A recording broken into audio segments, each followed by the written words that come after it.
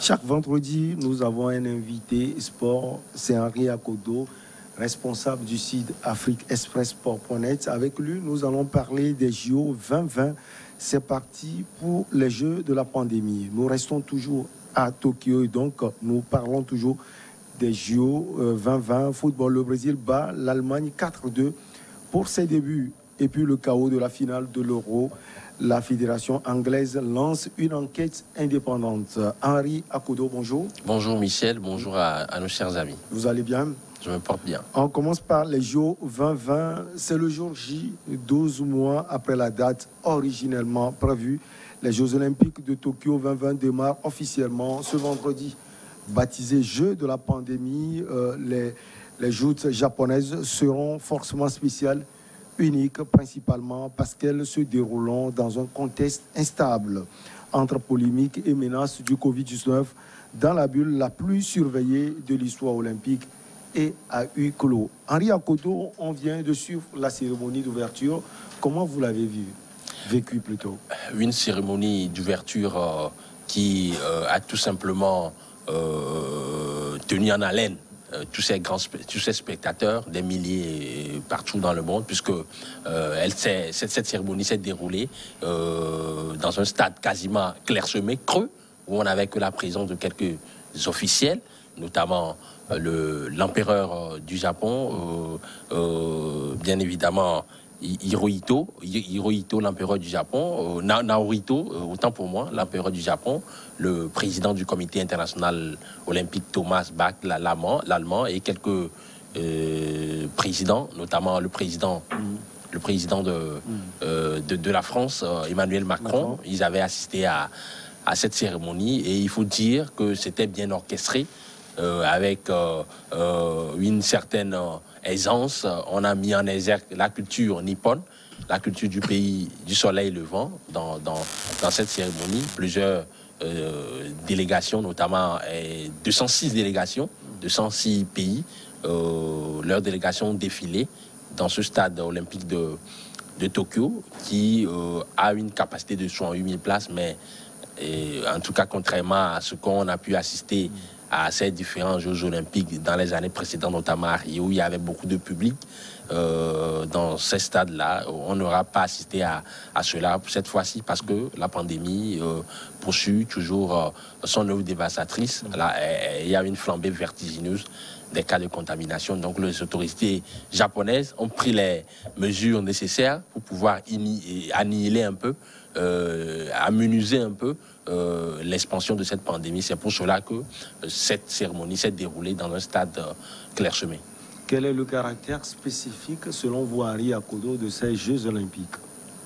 Ces Jeux olympiques revêtent un caractère spécifique parce que, sur le plan historique, c'est la première fois qu'on assiste à un jeu dans un contexte assez difficile, assez instable, nonobstant les Jeux olympiques, nonobstant les deux premières guerres mondiales qui ont empêché à ce que on puisse organiser ces Jeux olympiques-là. Les Jeux olympiques ont été toujours organisés. Et cette fois-ci, le caractère instabilité dans le contexte dans lequel ces Jeux-là sont en train d'être organisés sont à soulever. À part cela également, c'est la première fois que les Jeux olympiques se déroulent, bien évidemment, dans une atmosphère assez particulière. Il n'y aura pas de public, il n'y aura pas de supporters dans les stades. C'est la première fois également qu'un jeu se déroule, en tout cas après quelques années, après sa date initialement prévue pour son démarrage. Ces jeux devraient être organisés en 2020, mais compte tenu de la pandémie, ces jeux ont été décalés un an, et donc voilà un peu les caractères que revêtent ces jeux-là. Maintenant, au-delà de ces aspects, il faut également soulever qu'il s'avérait important pour le Japon de pouvoir organiser ces Jeux. Sur le plan diplomatique, le Japon a mis les moyens en œuvre pour pouvoir rayonner sur l'échiquier mondial à travers ces Jeux, à travers des investissements colossaux sur le plan des infrastructures, notamment ce stade olympique de Tokyo qui a été construit pour la circonstance, à des coups de milliards, le Japon, sur le plan des infrastructures hôtelières également, a mis des moyens en œuvre. Sur le plan des infrastructures routières également, a déployé les gros moyens. Surtout, sur le plan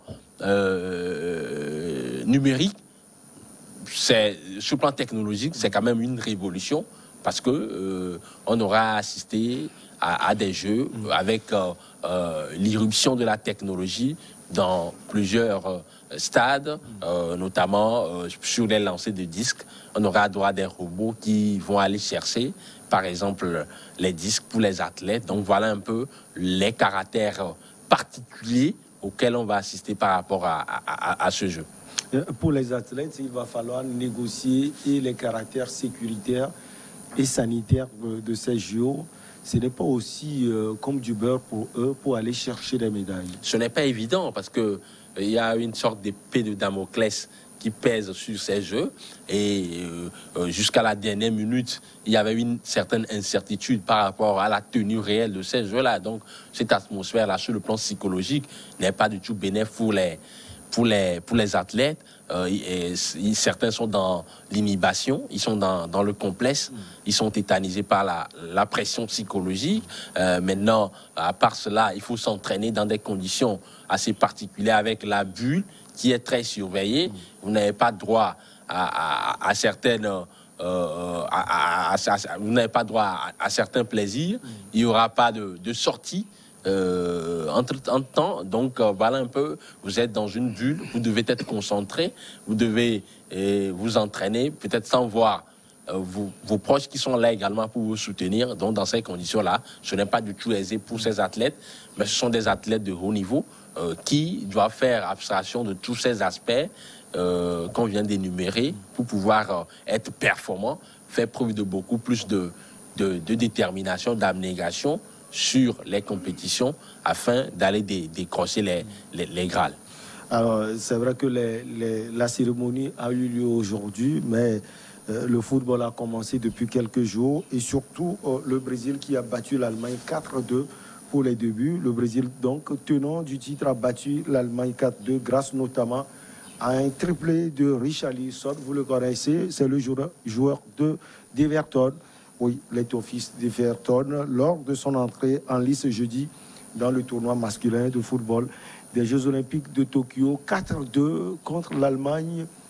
Comment a été cette rencontre, Henri Akodo? Elle a été tout simplement éclatante, intéressante.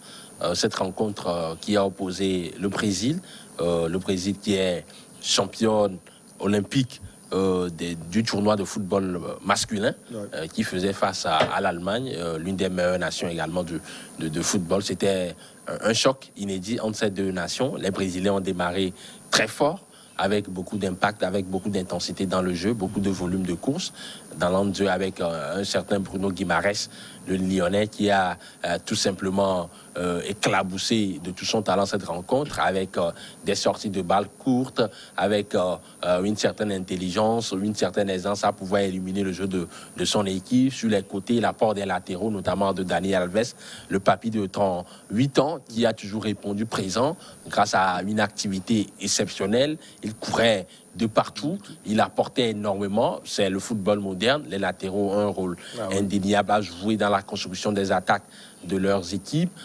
Il était présent, il avait alimenté en tout cas les joueurs de la ligne offensive par des centres précis et devant Richarlison qui était tout simplement exceptionnel, monumental dans la profondeur, dans ses appels de balles, dans ses appels croisés, dans sa capacité à jouer court, à combiner avec un certain Régnier, le joueur du Borussia Dortmund, mais également avec Cunha. Le Brésil a été tout simplement étincelant dans cette rencontre avec une certaine efficacité devant, 3-0 en premier mi-temps, mais derrière, en deuxième période, les Brésiliens ont été un peu mis en difficulté parce qu'ils se sont vus trop beaux, très tôt. Et les Allemands ont su changer un peu le logiciel tactique. Ils évoluaient en un 4-4-2. En premier mi-temps, ils ont changé le dispositif en 4-3-3 avec beaucoup plus de profondeur dans le jeu, beaucoup plus de largeur qui est donnée au jeu. Et ils sont revenus. Mais derrière, les Brésiliens ont fait preuve de beaucoup plus de solidarité dans les moments difficiles et ils ont mis encore un 4-1 but, 4-2. C'est bien parti pour la sélection Auriverde qui envoie un message fort à ses autres adversaires dans cette compétition, notamment dans cette poule. Ils vont rencontrer pour leur deuxième rencontre la Côte d'Ivoire, les Ivoiriens, qui sont bien rentrés également dans cette compétition en battant l'Arabie Saoudite 2-1. Exactement, cette formation ivoirienne a été en tout cas intéressante, nonobstant une première partie un peu terne, un peu statique, avec des joueurs qui véritablement étaient apathiques sur la pelouse, immobiles, il n'y avait pas de mouvement, surtout en première mi-temps. Ils ont marqué un but grâce à un défenseur saoudien, mais derrière les Saoudiens sont revenus. Les coéquipiers de Franck Yannick Kessié et de Eric Bailly en première période ont eu beaucoup de difficultés, surtout sur les flancs, avec des latéraux, notamment Ismaël Diomandé-Chester sur le flanc gauche et sur le flanc droit, Wilfried Singbo, le joueur de Torino, qui n'ont pas apporté réellement. En deuxième période, l'entraîneur Choualiou a su changer véritablement de dispositif avec une équipe beaucoup plus appliquée, beaucoup plus dynamique, beaucoup plus mobile sur le terrain, avec beaucoup de mouvements sur la transition, avec ce jeune joueur Amad Diallo, la pépite de Manchester United, qui a été d'une activité remarquable sur son côté, grâce à son agilité technique, à son insouciance, à sa capacité à perforer la ligne défensive adverse. Il a su quand même trouver sur l'une des plus rares incursions de la Côte d'Ivoire, un certain Franck Yannick Kessié, le sociétaire de Milan AC, qui, d'un exploit individuel, contrôle orienté, il s'est retourné, tel un éclair, et puis il a mis une frappe exceptionnelle du pied gauche pour tromper le gardien saoudien. Les Ivoiriens ont battu l'Arabie Saoudite 2-1. C'est une entrée en matière assez salutaire, assez louable, mais derrière, face au Brésil, face à l'Allemagne, il va falloir faire preuve de beaucoup plus de rigueur, beaucoup plus d'abnégation, beaucoup plus de solidarité sur le terrain, parce que ces individualités que je viens de citer, Marcelin Gradel, le capitaine, Franck Yannick Kessié, Amad Diallo, Eric Bailly, doivent jouer collectivement, doivent se mettre au service du collectif pour pouvoir permettre à cette équipe ivoirienne de créer la sensation face au Brésil. L'Arabie Saoudite, c'est une équipe assez valeureuse, mais le Brésil, c'est un adversaire de notre calibre. La France aussi a été battue par le Mexique, c'est surprenant, 4-1. Elle a été écrasée, éclaboussée par cette formation mexicaine flegmatique, impituable, une machine collective assez rude, qui est en place. Ils ont eu des préparatifs assez intéressants, contrairement à la France, avec beaucoup d'absences, avec beaucoup de forfaits avant la compétition. Ils sont arrivés dans cette compétition avec un groupe réduit de 20 joueurs. L'entraîneur n'avait pas le choix, puisque la plupart de Sylvain Ripoll, c'est de lui qu'il s'agit, l'entraîneur de l'équipe de France olympique, parce que la plupart des joueurs qui composaient cette sélection n'ont pas été libérés par leur club, et derrière, même s'il y a dans l'équipe un certain André-Pierre Gignac, Florian Thauvin, mais derrière il y a qui encore? Colomwani, des joueurs qui ne sont pas très connus, et visiblement cela s'est déteint sur cette performance collective catastrophique de l'équipe de France, qui doit pouvoir se rattraper face au Japon lors de la deuxième rencontre. Au niveau du football féminin, Henri Akodo, j'ai suivi une rencontre où la Zambie a été laminée par la jeune équipe batave 10-3. Une rencontre qui est rentrée dans les annales, tristement pour la Zambie. La Zambie qui devient là l'équipe qui a subi une cuisante défaite, en tout cas dans cette compétition, parce que le record, c'était cette formation de l'Allemagne qui avait battu un adversaire en 2008 par 8-0. Mais derrière, aujourd'hui, avec ce score écrasant de 10-3, les Zambiens deviennent l'équipe qui a le plus subi un grand revers dans ce tournoi féminin de football. C'est quand même triste pour les coéquipières de Nanda, qui a marqué un triplé. Pour, elle était remarquable. Il y a, si on peut le dire, la ligne de démarcation entre elle et les autres coéquipières. Exactement. Oui, coéquipières. Elle était au niveau réellement, parce que elle essaie d'apporter du répondant sur le plan offensif. Elle couvrait beaucoup, elle faisait les appels, elle dérangeait énormément le bloc défensif néerlandais, mais ça ne suffit pas pour faire mal à cette formation batave qui est qui est championne d'Europe, vice-championne du monde, qui est venue avec des ambitions assez intéressantes, Elles sont venues clairement pour aller remporter la médaille d'or, alors que la Zambie, c'est une première participation pour une compétition internationale de ce genre. La Zambie, championne d'Afrique en titre, qui a subi une déculottée catastrophique face à cette formation batave. Elle n'était pas présente sur le terrain. Beaucoup d'approximations sur le plan défensif, beaucoup d'errance, beaucoup de problématiques sur les alignements. Sur le plan offensif, cette équipe était quasiment en panne d'initiative, en panne d'inspiration technique. Et face à une telle machine, où vous avez une joueuse comme Miedema, j'ai eu la chance justement de pouvoir commenter les rencontres de cette équipe lors de la Coupe du Monde féminine 2019, si je ne m'amuse, pour les chaînes New York Sport. C'est une équipe assez talentueuse, avec tous ces joueurs. Miedema qui a marqué un quadruplé dans cette rencontre. Les Zambiennes n'ont pas eu de la chance. On va espérer qu'elles reviennent avec beaucoup plus d'application, beaucoup plus de détermination sur les deux dernières rencontres pour ne plus subir un tel genre de revers. Et cette rencontre aussi, hein, c'est la surprise, les États-Unis qui ont été chicotés par la Suède 3-0. Elles ont été tout simplement mises en mal par cette machine suédoise qui les avait éliminés lors des derniers Jeux Olympiques en quart de finale à Rio. C'est la bête noire. C'est la bête noire aujourd'hui de cette formation états-unienne qui, visiblement, dans cette catégorie, est quasiment imprenable. C'est une citadelle imprenable. Mais aujourd'hui, elles sont tout simplement en difficulté, vulnérables face à cette formation suédoise qui a quand même le secret pour battre les États-Unis, la sélection féminine, parce que c'est dans cette rencontre, elles étaient bien organisées tactiquement, avec un jeu fluide tourné vers l'avant, avec beaucoup d'intensité dans les courses, dans les enseignements, avec beaucoup de travail sur la récupération collective du ballon. Quand elles vont à la conquête du ballon, elles étaient de conserver le ballon à travers des petites passes courtes pour désactionner, pour mettre en péril la machine américaine, et elles ont réussi à pouvoir les battre, mais ce n'est pas encore fini. Les États-Unis peuvent toujours revenir. Il reste encore 2 rencontres avant la fin du premier tour. Henri Akodo, la Fédération anglaise de football a annoncé ce lundi 19 juillet l'ouverture d'une enquête indépendante sur l'éruption des supporters sans billets à l'intérieur de Wembley avant la finale de l'Euro 2020. Qu'est-ce qui s'est passé réellement?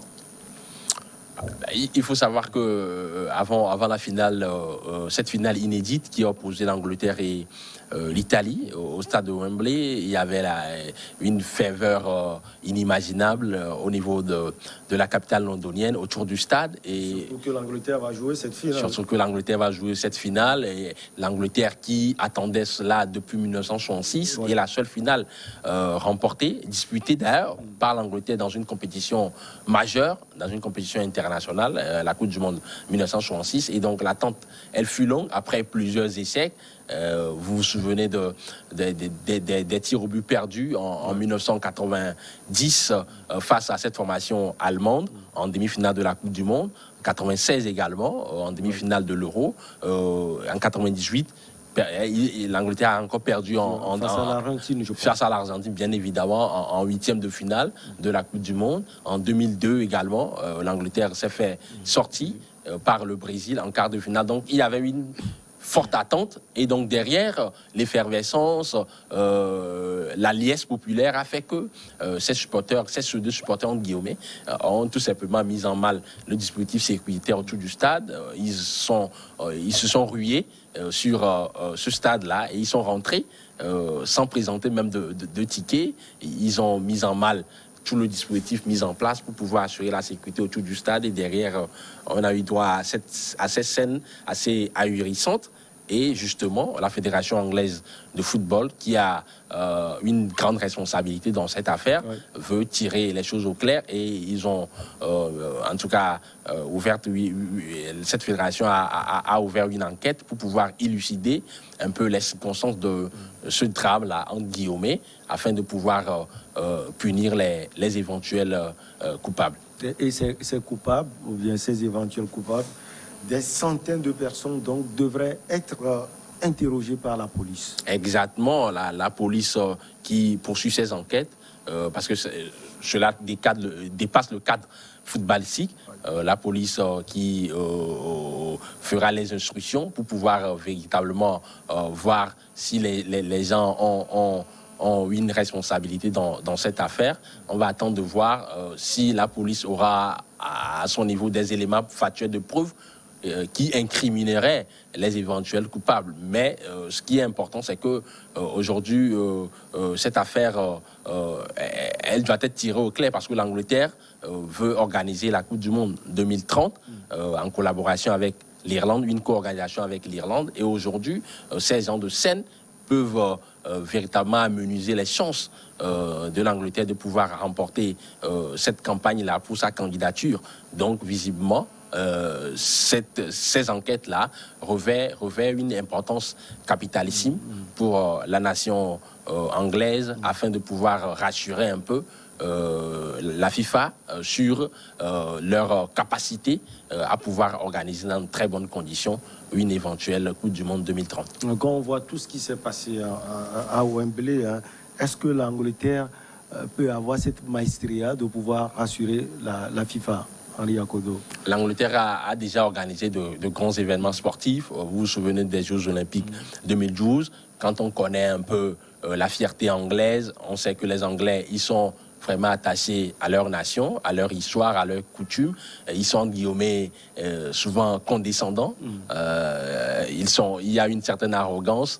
Donc cette fierté-là pourra amener ces autorités anglaises à tout faire pour pouvoir remporter cette bataille-là pour la Coupe du Monde 2030. On sait que le Maroc également derrière est candidat. Le Maroc qui a subi des revers, en tout cas sur plusieurs années. Depuis 1994, le Maroc a tenté à plusieurs reprises d'organiser une Coupe du Monde, mais elle n'a jamais, cette nation n'a jamais réussi à pouvoir le faire. Cette fois-ci, l'Angleterre est un concurrent sérieux pour le Maroc. Je pense que les Anglais feront tout en allant au bout de ces enquêtes-là et pour pouvoir punir les éventuels coupables qui sont aujourd'hui des prévenus, bien évidemment, parce qu'il y a la présomption d'innocence. Tant qu'ils ne sont pas, tant qu'ils n'ont pas encore bénéficié d'un procès équitable, on ne peut pas les accuser. Même si aujourd'hui la police anglaise a en sa possession des éléments de vidéosurveillance, il va falloir poursuivre ces enquêtes-là. Et sur si on a des preuves matérielles qui incriminent ces éventuels coupables-là, ils vont être punis. Et de là, la FIFA pourrait être rassurée peut-être pour pouvoir, pourquoi pas, octroyer cette organisation-là à l'Angleterre qui attend ça depuis 1966. Après le match, on a noté également, Henri Akodo, des comportements racistes sur certains joueurs anglais. Ce n'est pas le propre des Anglais. Ces comportements racistes, on l'a déjà vu par exemple avec cet échec-là d'un certain Kylian Mbappé qui a raté son tir au but face à la Suisse. Et derrière, dans les tribunes, il y avait les familles des joueurs, notamment la maman d'Adrien Rabiot, qui s'en est pris par exemple aux parents de Kylian Mbappé. Et donc voilà un peu. Donc aujourd'hui, je pense que on n'a pas droit à ces genres de spectacles. Il faut les condamner. Qui sont dépassés, il faut les condamner clairement parce qu'aujourd'hui, quand par exemple, vous voyez cette Coupe du Monde 1980 et 2018 remportée par la France, Kylian Mbappé, il a porté l'équipe de France dans cette compétition de l'Euro. Ces Anglais-là qu'on incrimine aujourd'hui, ces joueurs notamment Marcus Rashford et Jadon Sancho, sans oublier Bukayo Saka, même si les deux premiers ne sont pas bien illustrés dans cette compétition parce qu'ils n'ont pas eu la confiance de leurs entraîneurs. Bukayo Saka, quand même, était d'une activité exceptionnelle pour l'Angleterre. Un jeune joueur de 18 ans, pied gauche magique, avec une certaine activité. Il ne réussit pas à faire les tâches défensives. Il a été intéressant, même si dans cette finale, il a raté son tir au but. Ce n'est pas pour autant qu'on doit pouvoir tirer à boulet rouge sur lui. Je pense que ce sont des situations qui n'honorent pas le football parce que le football véhicule des valeurs, la solidarité, l'acceptation de l'autre et on doit pouvoir tout simplement bannir ces gens d'actes-là dans ce sport fabuleux qu'est le football. Je pense qu'au-delà des discours, il va falloir poser des actes forts. J'ai un peu écouté le Premier ministre britannique Boris Johnson condamner cet acte, mais ça ne suffit pas. Il faut aujourd'hui qu'on mette en place des dispositifs clairs pour pouvoir, en tout cas, punir ces gens qui posent ces actes répréhensibles, parce qu'on n'a pas besoin de ça. Merci beaucoup à vous, Henri Akodo. Vous êtes le responsable du site afriqueexpressport.net. On va marquer donc une petite pause et on revient pour Regard Croisé. C'est bon.